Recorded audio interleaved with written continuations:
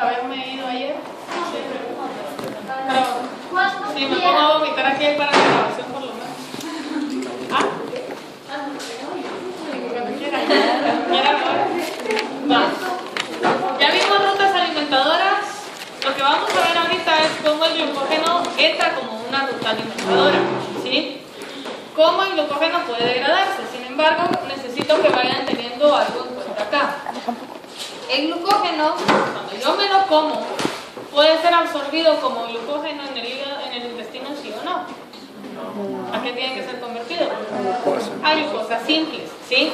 Quiere decir que si yo voy a degradar el glucógeno ahorita, estoy hablando del glucógeno que está almacenado en la célula, ¿sí? ¿Cómo se pudo almacenar el glucógeno en la célula? Por la ruta de glucogénesis que vamos a ver la siguiente semana. Pero entonces, ¿qué quiero que necesito que tengan en cuenta? Que me comí la papa, me comí el almidón o me comí lo que sea que tuviera polisacárido, el polisacárido se degrada, se absorbe en forma de glucosa, la glucosa entra a la célula y esa glucosa va a ser convertida a glucógeno. ¿Sí se entiende? Se sintetizó el glucógeno dentro de la célula y ahora voy a degradar el glucógeno de la célula. Al momento en que lo empiezo a degradar, yo necesito a una enzima que trae glucógeno fosforilasa. Vean la imagen y me dicen qué está haciendo la glucógeno fosforilasa. ¿Está rompiendo? ¿Cómo? Con un fósforo, ¿sí? Está rompiendo con un fósforo y me está dando como productos glucosa 1-fosfato más una molécula de glucógeno con una glucosa menos. Por eso dice ahí N-1. ¿Sí lo ven? Va. La glucosa 1-fosfato, ¿a qué ruta metabólica se va a incorporar? Va a glucólisis, pero primero, ¿qué tiene que hacer? Cambiarse a glucosa 6-fosfato. ¿Cómo se llama la enzima que convierte la glucosa 1-fosfato a glucosa 6-fosfato?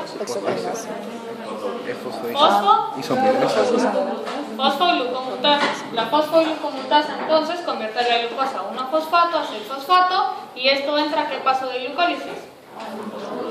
El paso 2. ¿Cuál ha sido mi inversión energética hasta acá? 0, ¿sí? 0 ATPs porque rompí con fósforo inorgánico y no con una molécula de ATP. ¿Cuánta más energía le tengo que meter ahora a esa glucosa 6-fosfato para poderla degradar? Solo un ATP más. ¿En qué paso? 3. Paso 6. Mi fase de beneficios, ¿cuántos ATPs produce? 2. Produce 4. El beneficio sí, produce 4. E hice la inversión de 1. ¿Cuál es mi ganancia energética? Global. 3 moléculas de ATP. Quiere decir que aparentemente yo estoy viendo de que el glucógeno al degradarse me produce 3 ATPs, a diferencia de una molécula de glucosa normal que únicamente me producía 2, a diferencia de una fructosa, una galactosa, una manosa que simplemente producían 2. ¿Sí se dan cuenta? Quiere decir que me estoy ahorrando la molécula del ATP del paso 1. ¿Sí lo ven? Y eso es porque la enzima es una fosforilasa. ¿Qué diferencia tiene una enzima fosforilasa de una quinasa? Que la quinasa utiliza ATP y las fosforilasas lo hacen con fósforo inorgánico. ¿Sí? Va. Entonces, en este caso, quiero que me diga a grandes rasgos qué sería mejor, una hidrólisis de ATP por una quinasa o una fosforólisis por una fosforilasa. Una fosforólisis. Una fosforólisis. Engañosamente me está produciendo un ahorro energético. ¿Sí se dan cuenta? Va. Les digo aparentemente, engañosamente, hasta ahorita. ¿Por qué? Porque para sintetizar el glucógeno yo necesitaba que esas glucosas fueran solitas. En la síntesis de esas glucosas solitas al glucógeno, yo invierto una molécula de ATP. ¿Sí? Lo vamos a ver cuando veamos glucogénesis. Por el momento me interesa que sepan que implícito ese glucógeno ya lleva la inversión de un ATP por cada molécula de glucosa que tiene. ¿Sí? Por cada molécula de glucosa que tiene, invertí un ATP. Quiere decir que al momento de cerrar la caja al final del día, ¿cuántos ATP realmente me produjo el glucógeno? 2, ¿sí? La diferencia es la situación en la que lo estoy haciendo. Sería más o menos hacer la analogía con la época de las vacas gordas y las vacas flacas, por ejemplo. Las vacas gordas es cuando yo tengo gran cantidad de energía, la energía me sobra, entonces la voy a invertir en las vacas, ¿sí? Y en la época de las vacas flacas esa energía la empiezo a sacar. O sea, cuando yo necesito energía, prefiero ganar los 3 netos porque ya en algún momento hice la inversión cuando tuve. ¿Sí se entiende? ¿Sí? Pero ayer estamos hablando de que la fosforilación era, o sea, la hidrólisis era mejor que la fosforilación porque la fosforilación son 2 ATP netos y en la hidrólisis son 3 ATP netos. Al revés. ¿Sí? La fosforólisis aparentemente es mejor porque son 3 y la hidrólisis únicamente 2. Sin embargo, ahorita lo que estoy tratando de que vean es que es lo mismo. ¿Sí? ¿Estamos bien acá? Va. Ese falso ahorro no lo pueden producir los polisacáridos de la dieta. A ver, si yo digo que fosforólisis me ahorra una molécula de ATP, ¿no sería mejor me como la papa y el almidón en lugar de tenerlo que fosforilar con una hexoquinasa? Mejor le hago fosforólisis y que entre de una vez como glucosa 1-fosfato a la célula. Entonces así ya no lo tengo que invertir. Pero ¿qué pasa?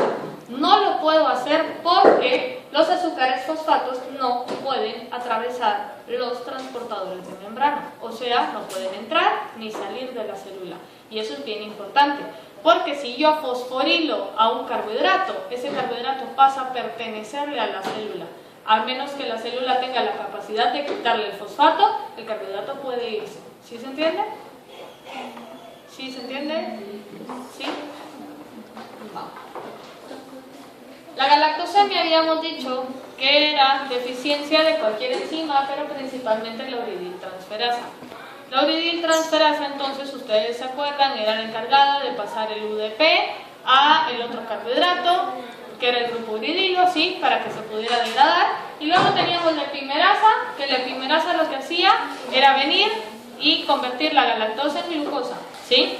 Sin embargo, si hay deficiencia de cualquiera de estas enzimas, se produce galactosemia, que es básicamente el aumento de galactosa o sus derivados en sangre. Si la uridiltransferasa no funciona, ¿qué se acumula en sangre? ¿La lactosa qué? 1-fosfato. Si la epimerasa no funciona, ¿qué se acumula en sangre? UDP galactosa. Y si no tengo la quinasa, ¿qué se acumula? La galactosa. Quiere decir que hay diferentes tipos de galactosemia dependiendo de cuál sea la enzima que esté deficiente. La más popular, la más frecuente es la uridiltransferasa, que al final puede llegar a generar afección hepática. La galactosa es un monosacárido constituyente de ¿qué monosacárido? De la lactosa, que está presente en la leche. Y si estamos hablando de que, ¿no? Si estamos hablando, por ejemplo, de que no se puede metabolizar la galactosa de entrada en la dieta, yo podría pensar que no debo de comer leche o tomar leche. ¿Sí se entiende?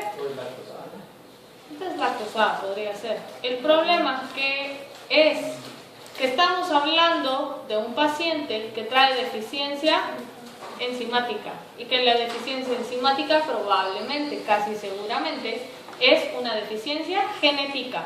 Y si es una deficiencia genética, el bebé nació con esa deficiencia genética. ¿Cuál es la dieta principal en los bebés? Leche. Y si solo le estoy dando leche y el bebé no puede metabolizar la galactosa, prácticamente yo misma lo estoy matando con tratarle de dar de comer. ¿Sí se entiende? Por eso decimos que, ¿se recuerdan? En algún momento hablamos del tamizaje neonatal.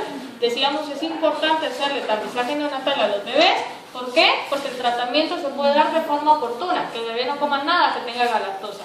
¿Sí estamos bien acá? ¿Sí? Va. Otra de las afecciones en el metabolismo de carbohidratos es la intolerancia a la lactosa. Esto es bastante frecuente, les apuesto que acá hay un par que son intolerantes a la lactosa. Y básicamente lo que quiero que vean es que de forma normal, que es lo que está del lado izquierdo, yo tengo la lactasa, que es la disacaridasa que se encarga de metabolizar la lactosa, para que sus constituyentes de monosacáridos puedan ser absorbidos. Si yo no tengo la lactasa, la lactosa no puede entrar al intestino, ¿sí? Si no puede entrar al intestino, ¿qué va a pasar? La lactosa se queda en la luz intestinal. Si se queda en la luz intestinal, la lactosa sigue siendo un carbohidrato, que es una buena fuente de energía para cualquiera de las bacterias que tengamos en la flora intestinal. ¿Qué es lo que pasa? Esas bacterias agarran la lactosa, la convierten en ácidos orgánicos, cambian la distribución de agua, por ejemplo, producen gases, que son básicamente todos los síntomas que sufre inmediatamente una persona luego de tomarse el vaso de leche si es que era intolerante a la lactosa. ¿Estamos bien acá? ¿Sí? Va. En teoría ahí terminaba la clase pasada, o sea que este es como el final de la clase, pero voy a empezar la otra de una vez. ¿Sí? Solo podría regresar una vez.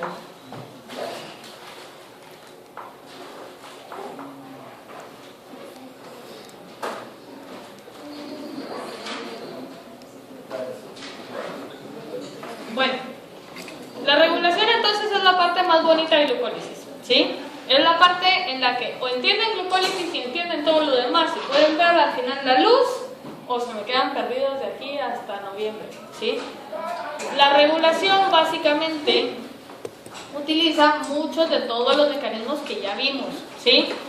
De todos estos mecanismos, decíamos, hay 3 enzimas que son las reguladoras. Todas utilizan diferentes mecanismos. El mecanismo más complicado, digamos, el más complejo o el más fuerte, es la modificación covalente reversible. Esto se los puse a modo de recordatorio. Que se acuerden que la modificación covalente reversible es la que utiliza fosfatasas y la que utiliza quinasas, donde las fosfatasas quitan fosfatos y las quinasas ponen fosfatos, ¿sí? Entonces acá dice, este tipo de regulación se activa, creo que esta es la misma diapositiva de la clase anterior, o sea, si no saben regulación enzimática, no me van a entender. Entonces, si no me entienden mucho hoy, que hoy no vamos a ver lo más fuerte, por favor lean y mañana vengan preparados. ¿Mañana hay clase? No. ¿Hoy es jueves? Sí. Pero me quedé atrapada en ayer, la siguiente semana, ¿sí? Entonces, ¿qué pasa? Estos van a funcionar con señales extracelulares, donde la señal extracelular puede ser una hormona, puede ser algo que venga de afuera que me esté diciendo glucólisis para, glucólisis sigue, ¿sí? En este caso, por lo general están asociados a la producción de segundos mensajeros, donde el segundo mensajero es quien oyó el mensaje y ahora va a pasar el chisme dentro de la célula, ¿sí? Porque el primer mensajero, ¿quién fue? La hormona, ¿sí? Y el segundo mensajero es quien se va a producir como consecuencia de la hormona, ¿sí? Quiere decir que la hormona, en este caso la insulina, llega a un receptor, por ejemplo, un receptor tirosina quinasa. Vamos a ver en el siguiente semestre qué es lo que pasa para que pueda llegar ese mensaje. Pero la tirosina quinasa mandó el mensaje y ahora el segundo mensajero es el AMP cíclico. Entonces este segundo mensajero va a llevar ahora la información para que otras enzimas puedan empezar, otras proteínas puedan empezar a estimularse. Y este es el AMP cíclico que ustedes saben que es un nucleótido similar al AMP, la diferencia es que tiene otro enlace covalente. Ese enlace covalente hace una gran diferencia en cuanto a funciones, ¿sí? Entonces necesito que tengan bien claro que AMP no es lo mismo que AMP cíclico, ¿sí? Que eso esté clarísimo. Hay una diferencia acá entre los dos. La concentración de AMP es un indicador mucho más sensible del estado energético de la célula que el ATP, y eso es por lo que ya vimos. Esta es la misma tabla que está en la clase bioenergética. Decíamos, cuando ATP disminuye aproximadamente un 2.algo%, el AMP aumentaba ¿cuánto? A ver si se acuerdan. Con 500%.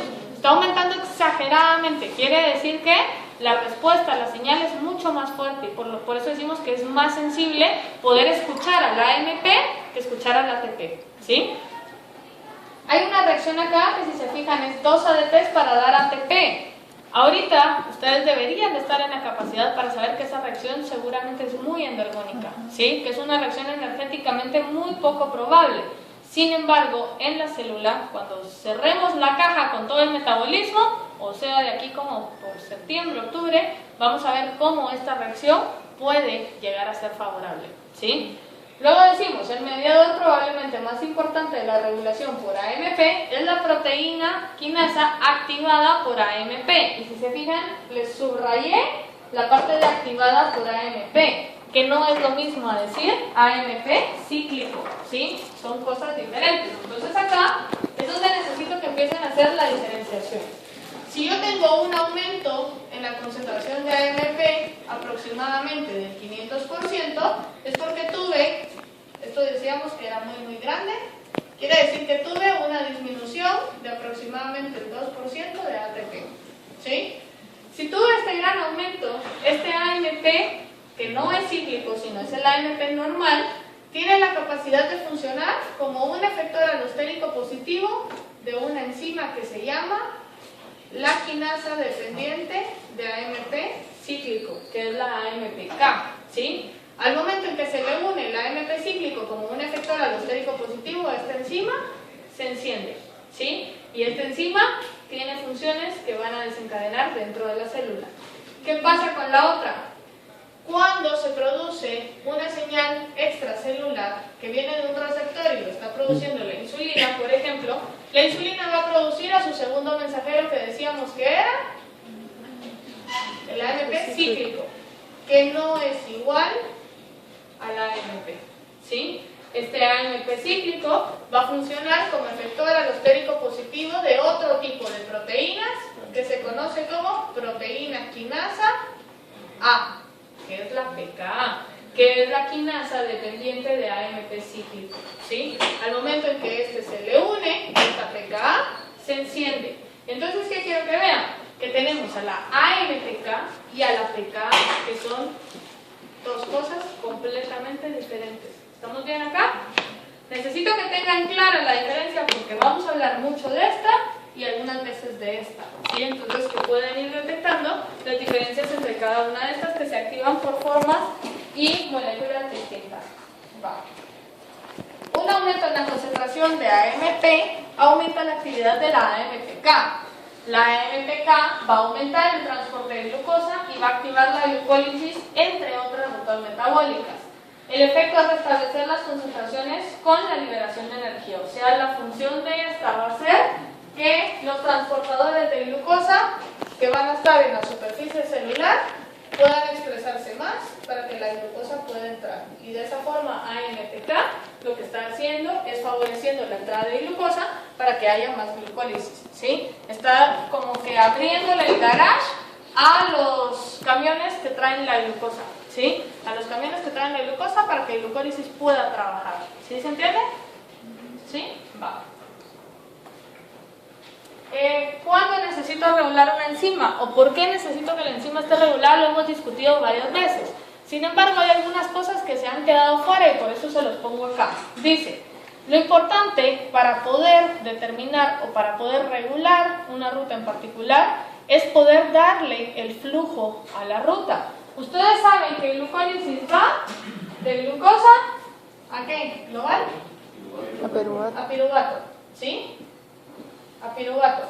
Ese es el flujo que trae la ruta, ¿sí? El flujo es de glucosa a piruvato. Pero saben que 7 de estas reacciones son reversibles. Quiere decir que en algunos casos el piruvato por gluconogénesis puede ser convertido a glucosa. ¿Qué pasa si las dos se están dando al mismo tiempo? ¿Cuál sería la ganancia neta del ATP?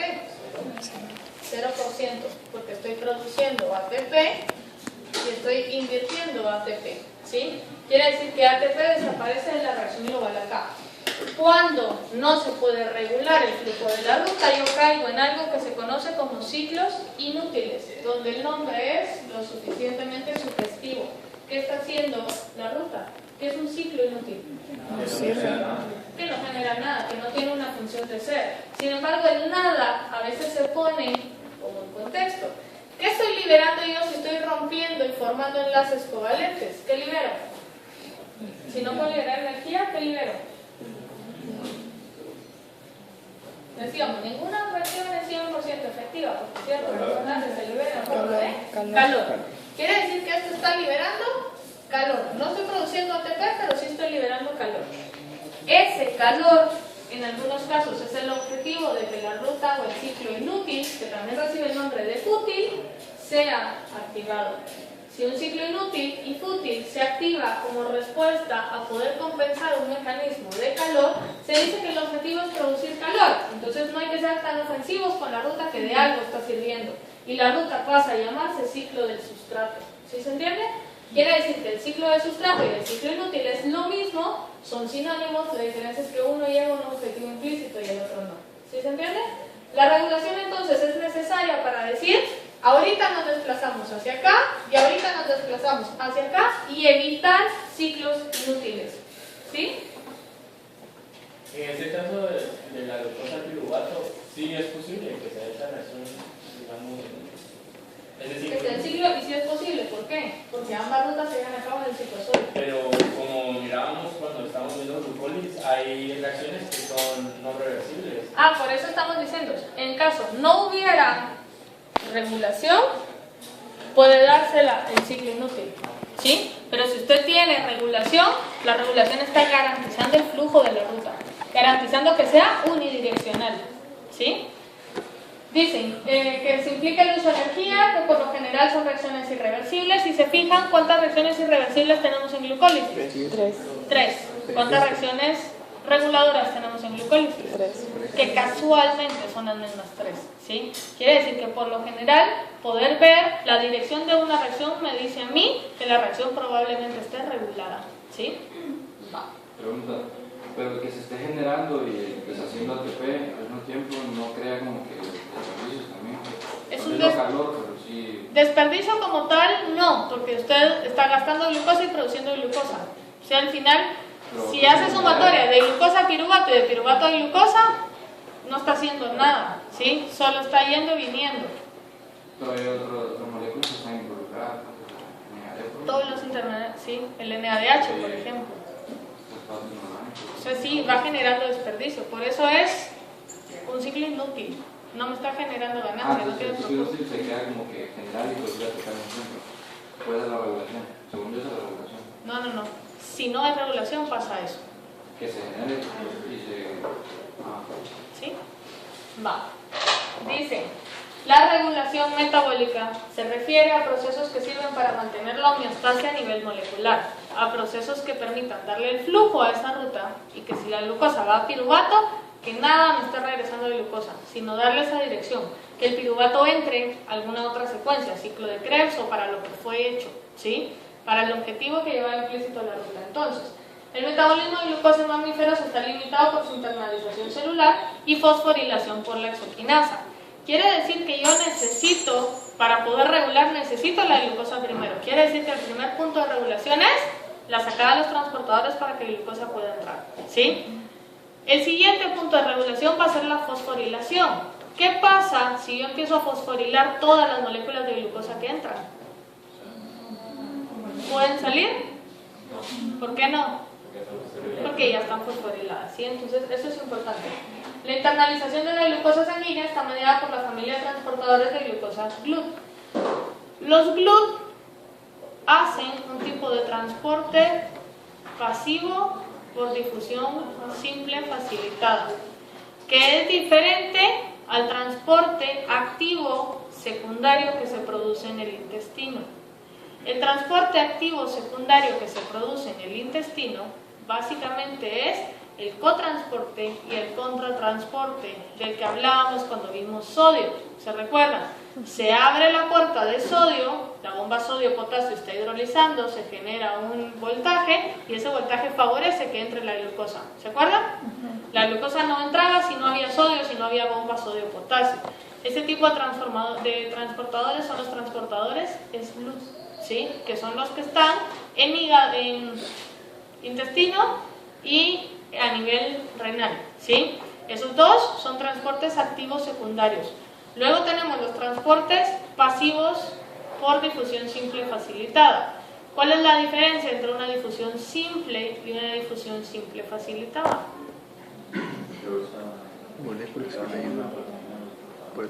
¿Quién? La facilitada utiliza proteínas, que en este caso es el transportador, para favorecer la entrada de una molécula, en este caso la glucosa. El transportador GLUT es difusión simple facilitada, ¿sí? El GLUT4 es el principal transportador en células del músculo esquelético, cardíaco y tejido adiposo. Esto que está acá es una tabla con los diferentes tipos de transportadores GLUT que hay. ¿Qué quiero que vean? Por ejemplo, vean hígado, que es una de las primeras palabras que aparecen. Hígado tiene por lo menos más de 3 transportadores distintos, ¿sí?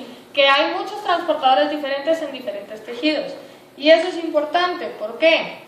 Porque de todos estos, por ejemplo, los transportadores SLUT, que decíamos eran los que estaban en intestino y en riñón, no son dependientes de insulina. O sea, si tienen a un paciente diabético, por ejemplo, un paciente diabético tiene después de comer concentraciones de glucosa altísimas. Y si las tiene altísimas es porque la glucosa pudo haber sido absorbida en hígado, en intestino. ¿Sí o no? ¿Sí? Si fue absorbida quiere decir que el transportador de glucosa en intestino no necesitaba la insulina para funcionar. ¿Sí? Eso es importante. Luego, tengo muchos transportadores que no requieren insulina para funcionar. Pero el que sí es completamente dependiente de insulina es el transportador GLUT 4, que es el que está presente en tejido adiposo y en tejido muscular, ¿sí? Y esto es entonces bien importante, porque la masa muscular en general, mientras más grande sea, más requerimientos de azúcar voy a tener. Quiere decir entonces que el músculo esquelético es el principal en verse afectado cuando hay deficiencias de azúcar, ¿sí? Entonces en este caso, ¿qué quiero que vean? Que cuando... sí, ¿qué les dije? De insulina, gracias, es insulina. Entonces acá lo que quiero que vean es que si el paciente no genera insulina porque es diabético tipo 1, porque algo en el páncreas no funciona, ¿qué va a pasar? El paciente puede captar azúcar, pero lo va a hacer de una forma muy lenta, muy despacio, ¿sí? Porque la insulina lo que hace es potenciar la salida de los transportadores GLUT. Entonces, en este caso, quiero que vean que entre comillas la cantidad de GLUT que existen sobre las membranas celulares es muy baja. Están en forma de vesículas, que son estos como salvavidas que se miran ahí, ¿sí? Esas vesículas salen por exocitosis a la membrana plasmática para que la glucosa pueda ser captada. Al liberarse la insulina del páncreas, la glucosa interactúa con el receptor. Quiere decir que aumenta una concentración de glucosa en sangre, eso da la señal en receptor en páncreas para que el páncreas libere insulina, ¿sí? Si el receptor en el páncreas de glucosa no sirve, no hay producción de insulina, aunque las células del páncreas estén bien, ¿sí se entiende? Lo que quiero que vayan viendo acá es que diabetes no solo es decir concentración alta de azúcar en sangre, el trasfondo puede ser, no se imaginan la cantidad de diabetes, puede ser la cosa más complicada del mundo entero para hablar, ¿sí? En este caso, entonces, quiero que vean que al final el receptor transmite señales intracelulares, las vesículas se mueven hacia la superficie, se fusionan con la membrana y aumentan el número de transportadores, que puede aumentar hasta 15 veces la captación de azúcar. Quiere decir que la estoy aumentando. Si yo no tengo transportadores GLUT, puedo tener captación de azúcar, pero muy baja, ¿sí? Esto es básicamente el mismo del esquema anterior. Solo quiero que se den cuenta con algo. El 1 que aparece de arriba, que es el transportador, y aparece una X, si hay una X ahí, automáticamente hay X en todo. Pero ¿qué pasa si hay insulina y el receptor sí sirve? Cualquiera de las flechitas que yo tengo en el proceso puede estar deficiente. Y por eso les digo que diabetes puede ser un tema muy complicado, porque mi receptor puede servir, mi hormona puede servir, mi páncreas puede servir, pero alguna tonterita dentro de la ruta no funciona. Entonces no sale el transportador, ¿sí? O puede ser que el transportador salga, pero entonces ¿qué pasa? La glucosa no puede entrar porque el transportador tiene alguna deficiencia, ¿sí? Entonces quiero que vean, básicamente cada una de las flechitas rojas puede ser un punto que genere acumulación de glucosa en sangre y por lo tanto déficit de glucosa dentro de la célula. Si se fijan, hay una serie de cascadas que no vamos a ver hoy, pero que sí vamos a medio ver por ahí por septiembre, por octubre. Ese que hice ahí, el rosado, ¿no sería un GLUT también? ¿El que recibe la insulina? No, esa es una tirosinquinasa. ¿Y esa manda señal a la GLUT? La tirosinquinasa empieza a mandar todas las señales para que los GLUT4 puedan salir, ¿sí? Quiere decir que si no hay hormona, no hay mensaje de que hay que sacar transportadores, ¿sí? ¿Por qué la 10 está, o sea, el paso 10 está? Es que creo que es porque cuando los pacientes son diabéticos porque no hay glucosa o tienen la fuente principal de energía a partir de ácidos grasos, que es producción de cuerpos cetónicos, ¿sí? Pero eso lo vamos a ver el otro semestre cuando veamos síntesis de cuerpos cetónicos, ¿sí? Entonces, vamos un paso a la vez, ¿sí? Esta gráfica puede ser lo más complicado que veamos al final otra vez. Creo que se las vuelvo a poner en otra clase más adelante, ¿sí? Lo que me interesa que vean ahorita es que el principal punto, o no el principal, pero sí el primer punto de regulación tiene que ser la sacada del transportador, ¿sí? Y que si el transportador no sirve, automáticamente ninguna señal dentro de la célula va a funcionar, porque tengo yo la señal de que no hay glucosa, ¿sí? Entonces todas las señales van a trabajar en función al déficit de glucosa, aunque en sangre yo tenga 500, 300 miligramos por decilitro, ¿sí se entiende? Va. Entonces decíamos, hay 3 puntos de regulación con 3 enzimas reguladoras, que son paso 1, paso 3 y paso 10, ¿sí? Como platicábamos el día que vimos las rutas alimentadoras, decíamos el paso 3, la fosfofructoquinasa 1, es el principal punto de regulación, y es el principal y por lo tanto el más complejo de todos. Los 3 puntos van a actuar según las señales celulares, donde la señal puede ser una deficiencia de NAD, un aumento de NAD, una deficiencia de piruvato, un aumento en citrato, ¿sí? Un aumento en AMP, un aumento en ADP, por ejemplo, esas van a ser las señales que las enzimas van a ir reconociendo. Por eso les puse acá que las señales son las fluctuaciones de las concentraciones de todos los metabolitos que al final tienen ese balance o ese reflejo energético, poder decir hay o no hay energía dentro de la célula, ¿sí? Bueno, entonces los puntos de regulación son acá, acá y acá. Si se fijan en la dirección de las flechas, son las únicas que son irreversibles. Todas las otras son flechas bidireccionales, ¿sí? Entonces vamos a hablar únicamente de estos tres puntos. El día de hoy creo que solo nos da tiempo de hablar de la exoquinasa. La otra semana hablaremos de la fosfofructoquinasa, ¿sí? Le respondí el correo, no sé si lo ven. ¿Sí lo ven? La exoquinasa es una enzima que tiene diferentes isoenzimas.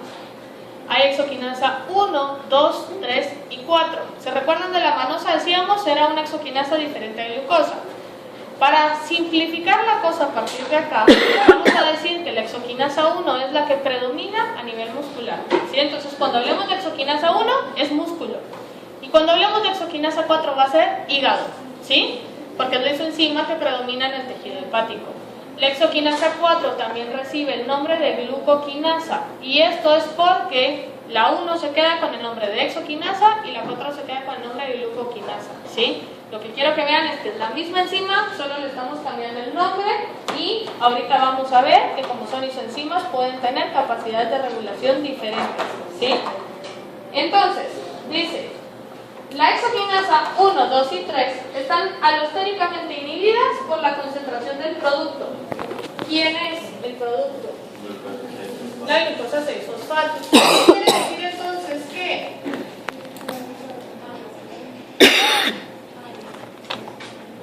Yo tengo la dirección de la reacción que va de glucosa a glucosa 6-fosfato, ¿sí? Y la exoquinasa 1 dice, está inhibida por la concentración de su producto. Quiere decir que la exoquinasa tiene como efector alostérico negativo a la glucosa 6-fosfato. Cuando esta aumenta, se le pega a esta y esta automáticamente se apaga. ¿Sí se entiende? ¿En qué tejidos va a pasar esto? Principalmente en músculo, porque es la que tiene la exoquinasa 1. ¿Qué pasa en músculo? La glucoquinasa no se inhibe por su producto. Quiere decir que yo puedo tener, una alta concentración de esto, no hay inhibición, la exoquinasa 4 va a permanecer todo el tiempo encendida. ¿Sí se entiende? Es una diferencia en cuanto a regulación. Entonces, ¿qué quiero que vean acá? Que son isoenzimas diferentes, donde la 1 tiene un sitio alostérico de regulación por glucosa 6-fosfato y la 4 simplemente no lo tiene. Nunca va a percibir los aumentos de la glucosa 6-fosfato. ¿Y por qué pasa esto? Básicamente es en base a la función o el objetivo que tiene el tejido. A partir de ahorita yo les empiezo a hablar del músculo como el tejido más egoísta de todos, ¿sí? Lo quiere todo para él. Entonces, ¿qué pasa? Si la glucosa está en grandes concentraciones, puede llegar al músculo, ¿sí? Va a llegar al músculo con sus transportadores GLUT4. Pero ¿qué pasa si simplemente, porque este está más cerca de la captación, recibe más moléculas de glucosa, estos van recibiendo menos? ¿Qué pasaría con esta si ya no recibe nada, por ejemplo, de glucosa? ¿Qué va a pasar?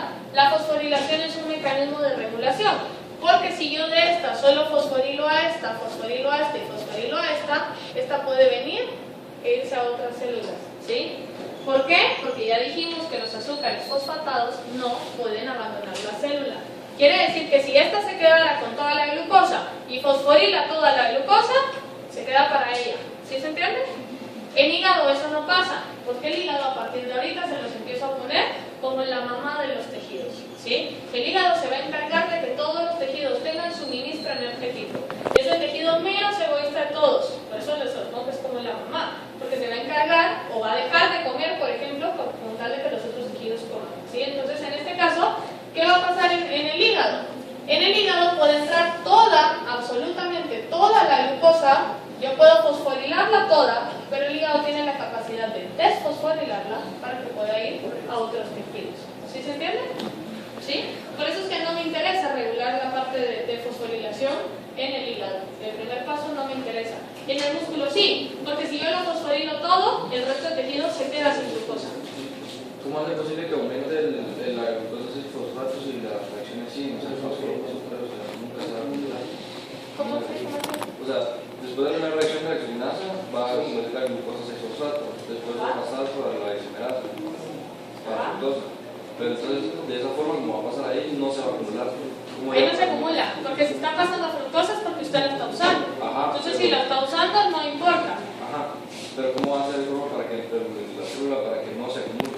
Va. Pero para que se acumule, ¿no? Si hacemos la analogía, por ejemplo, con la mamá y la comida otra vez, supongamos que usted se llenó el plato más que su hermano, digamos, ¿sí? Se llenó el plato de comida. Entonces la mamá le dice, bueno, si no te vas a comer esas papas o el pollo, no lo toques, por ejemplo, ¿sí? Entonces lo vamos a dejar aparte porque tu hermano no tiene mucha comida, porque usted se sirvió antes, por ejemplo. Pero si usted se la está comiendo porque usted tiene hambre, seguramente no le van a decir, no toque la comida. No sé si me explico. En este caso lo que quiero que vea es que, por ejemplo, ¿cuál es su pregunta atrás? ¿Cómo hace la célula para que se acumule? Va. Si la célula está en glucólisis, la glucosa 6-fosfato no se va a acumular, porque el resto de reacciones son reversibles, entonces se van a empezar a desplazar. Pero si yo empiezo a poner el freno, por ejemplo, porque la demanda de ATP ya está satisfecha, se empiezan a regular señales que empiecen a apagar, es como cerrar válvulas. Es como cerrar válvulas. Si yo cierro la válvula 3, se empiezan a acumular las de acá. ¿Sí? Entonces, en ese momento se van a empezar a acumular. Y en ese momento va a poder inhibir a su enzima. ¿Sí?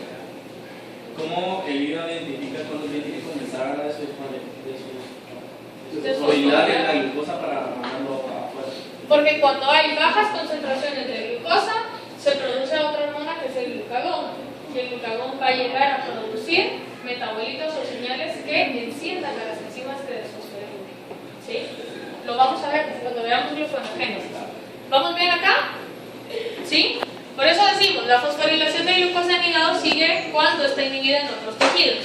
El hígado mantiene el suministro de glucosa para todo el organismo. Si se fijan, todo ahí así con mayúsculas, porque de verdad es para todo el organismo, ¿sí? Y no solo con carbohidratos. Hay diferencias entonces entre exoquinasa 1 y exoquinasa 4. La 1 tiene distintos puntos de saturación. Se satura más rápido porque deja de funcionar más rápido. Si se satura más rápido que la 4, tiene un KM menor o un KM mayor. Menor, ¿sí? Y los KM básicamente son estos de acá. Si se fijan, los miocitos tienen un KM de 0.1 milimolar. Quiere decir que a 0.1 milimolar es una miseria de glucosa. En músculos me empieza a parar glucólisis porque yo ya lo saturé. No es que pare por completo, sino empieza a ser más lenta porque la enzima ya alcanzó la velocidad máxima. No puede ir más rápido que eso. La fosforilación empieza a mantener un ritmo. ¿Qué pasa en hígado? En hígado, vean, el KM es gigante, ¿sí? Es de 10 milimolar. Y les digo gigante, y por eso les puse ahí la concentración plasmática de glucosa en milimolaridad. Es aproximadamente 4 a 5. Ese 4 a 5 milimolar corresponde al 70 a 100 miligramos por decilitro de valor de referencia, ¿sí? El que ustedes ya conocen. Quiere decir que para que la glucoquinasa se pueda saturar, yo tendría que tener una concentración plasmática en sangre por lo menos de unos 300-400 miligramos por decilitro, ¿sí? Quiere decir que en condiciones normales esta exoquinasa 4 no se ve inhibida. ¿Estamos bien acá? ¿Sí? Va. La exoquinasa, que les había dicho que iba a ser siempre la muscular, cuando no dijeran los números, uníamos que era la 1. Es inhibida por la concentración de glucosa 6-fosfato y la glucoquinasa no, que es lo que hablamos. O sea, aquí ya van dos diferencias. Solo cuando la glucoquinasa llega directamente a su punto de saturación, ¿qué quiere decir? Que se mantiene una velocidad estándar, por lo cual no podría seguir contrayendo más sustrato para poner el producto. Sí puede seguir manteniendo el producto, pero no lo puede hacer más rápido. Eso es lo que quiere decir. ¿Sí? Porque acuérdense que el KM determina la velocidad máxima. ¿Sí? Pero no es que la enzima se apaga, la enzima se satura. No podemos ir más rápido, pero sigue trabajando. ¿Sí? Igual en músculo, sigue trabajando, solo se está saturando con el KM. A menos que venga la glucosa 6-fosfato a inhibir. No es lo mismo saturar que inhibir. ¿Sí? Va. Luego la tercera diferencia es que la glucoquinasa está sujeta a inhibición por la unión reversible de una proteína reguladora que se encuentra en el núcleo. y que esa es específica para la glucoquinasa en hígado. Este mecanismo de regulación es básicamente el secuestro por compartimentación y es este que está acá. Cuando la fructosa 6-fosfato se eleva, le da la señal a la proteína nuclear de unión que salga a secuestrar a la glucoquinasa. Esto básicamente se da porque si yo sé que yo voy de glucosa, siguiente paso, ¿a qué se convierte? Glucosa 6-fosfato. Esto en hígado no inhibe, porque ya dijimos que no hay inhibición en hígado, pero luego dice, la fructosa 6-fosfato va a ir a dar el mensaje al núcleo, para que el núcleo libere a una proteína que me venga a secuestrar a la exoquinasa acá y la guarde en el núcleo. Como en el núcleo no se lleva a cabo la glucólisis aquí empezaría a parar. Lo que quiero que traten de entender ahorita es por qué esta está dando la señal y no la glucosa 6-fosfato. Y básicamente esto es porque en hígado la glucosa 6-fosfato se puede ir a síntesis de glucógeno. La glucosa 6-fosfato se puede ir a gluconogénesis si yo quisiera. La glucosa 6-fosfato se puede ir a síntesis de grasas. Se puede ir, por ejemplo, a síntesis de aminoácidos. Se puede ir a síntesis de pentosas fosfato. Quiere decir que yo puedo seguir fosforilando si alguna de estas demandas está encendida en la célula. Pero si yo encendí o tengo un exceso de fructosa 6-fosfato, quiere decir que esta glucosa se está utilizando exclusivamente para glucólisis. ¿Sí se entiende? ¿Sí? Va. Entonces dice, la proteína de unión nuclear arrastra a la glucoquinasa al núcleo. Esa es la señal de que se dé el secuestro, ¿sí? Pero asumamos que el rescate ya se pagó. Y el rescate se paga cuando aumenta una concentración de glucosa. Cuando aumenta la concentración de glucosa, es como decirle a la proteína secuestradora, bueno, dejémosla ir, dejémosla trabajar, porque tengo un exceso, ¿sí? Tengo un exceso de glucosa, entonces prefiero empezar a guardar exceso o que la energía se gaste en glucólisis, no importa, ¿sí? Entonces, ¿por qué? Porque tengo un exceso de glucosa que tiene que empezar a buscar otro destino metabólico. ¿Sí se entiende? ¿Sí?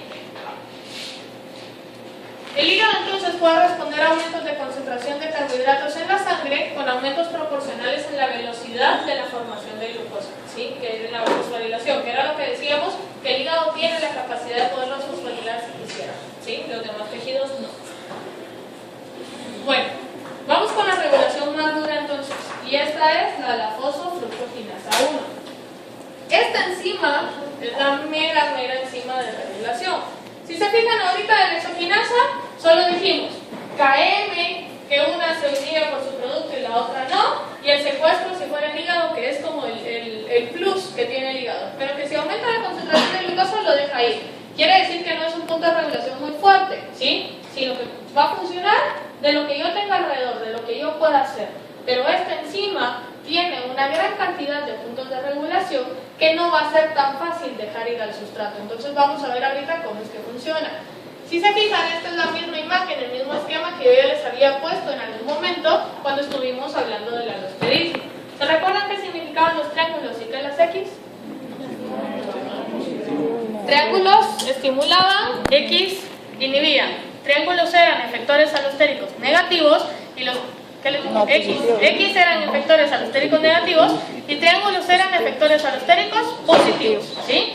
Entonces acá les tengo encerrado esto, pero esto ya lo platicamos en algún momento. Decíamos, este es el ATP del sitio activo y este es el ATP del sitio alostérico, que son regiones de la enzima diferentes. ¿Se acuerdan de eso? ¿Sí? Entonces tengo ATP y tengo en este caso ARP y ADP.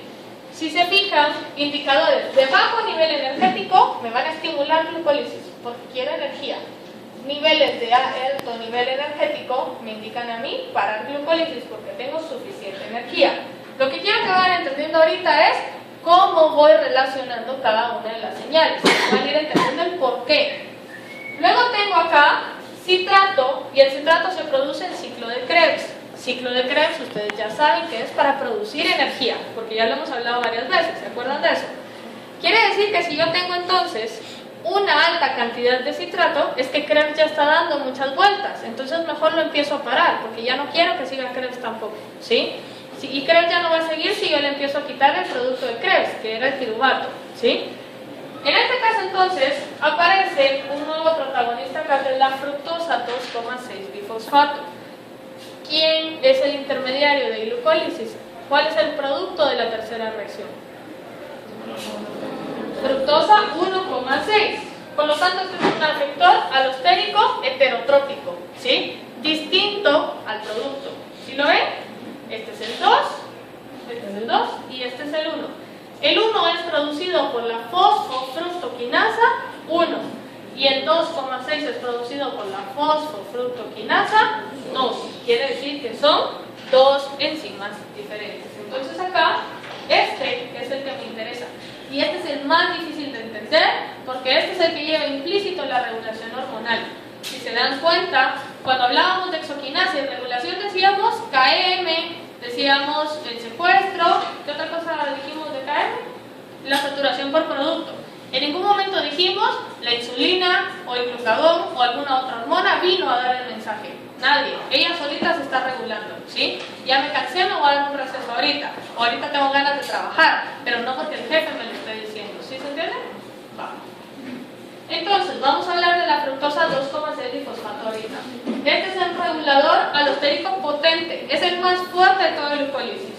Se forma por la fosforilación de la fructosa 6-fosfato catalizada por la fructosa fosfofructoquinasa 2. Y entonces,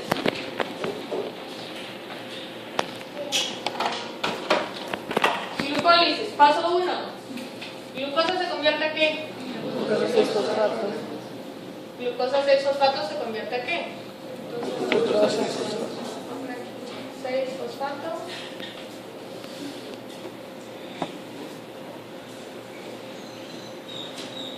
Fructosa 6-fosfato. Fructosa 6-fosfato se convierte ¿a qué? Fructosa 1,6 bifosfato. ¿Sí? Y aquí es donde yo tengo a la fosfofructoquinasa número 1. ¿Sí? Y dice, la fructosa 2,6 bifosfato se cataliza por la fosforilación de fructosa 6-fosfato, o sea, esta misma fructosa, solo que ahora por acción de la fosfofructoquinasa 2. Y eso me da fructosa 2,6 bifosfato. ¿Vamos bien acá? Quiere decir que para que yo pueda tener una molécula de 1,6 y una molécula de 2,6, ¿cuántas fructosas necesitaba? 2 fructosas 6-fosfato iniciales. ¿Sí se entiende? Es lo que quiero que quede claro ahorita, que son dos procesos que se deben de dar simultáneos. ¿Sí? Luego dice, la fructosa fosfofructoquinasa 1 es virtualmente inactiva en ausencia de fructosa 2,6 bifosfato. ¿Cómo así? Si yo no tengo fructosa 2,6 bifosfato, simplemente la fosfofructoquinasa no funciona. ¿Sí? Para que la fosfofructoquinasa 1 pueda funcionar, yo necesito fructosa 2,6 bifosfato. Para que la fructosa 2,6 bifosfato esté, ¿qué enzima tiene que estar encendida? La fosfofructoquinasa 2. Si yo no tengo fosfofructoquinasa 2 encendida, no tengo fructosa 2,6 bifosfato y la fosfofructoquinasa 1 no funciona.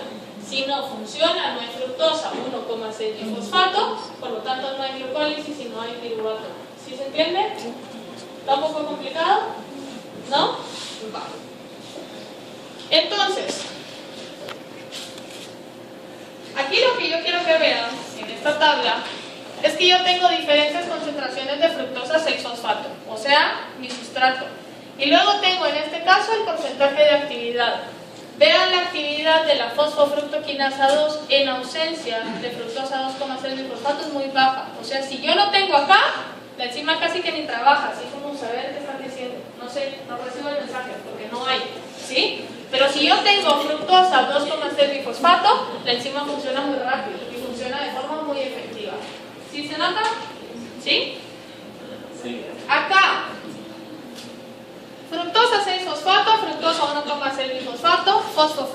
fosfoquinasa 1. ¿Quién lo está estimulando? La fructosa 2,6. Está activando la fosfofructoquinasa 1. Pero si deja de estar presente, este a la vez es el estimulador de este, pero funciona como el freno de la FBPasa. Y la FBPasa no la hemos visto todavía, pero es una enzima que se encarga de revertir esta reacción. Si se fijan, es una enzima diferente. No estamos hablando que la reacción sea diferente, sea reversible. Estamos hablando de una reacción acá y de reacción de gluconeogénesis acá. ¿Sí lo ven? ¿Sí? ¿Todo el mundo? Va. Entonces, la fosfofructoquinasa 2 es como un monstruo de dos cabezas. ¿Sí? Es un monstruo de dos cabezas que tiene una parte quinasa y que tiene una parte fosfatasa. La parte quinasa va a fosforilar a la fructosa 2,6 difosfato. ¿Qué va a hacer la parte fosfatasa? Lo va a quitar. ¿Y si lo quita, qué produce?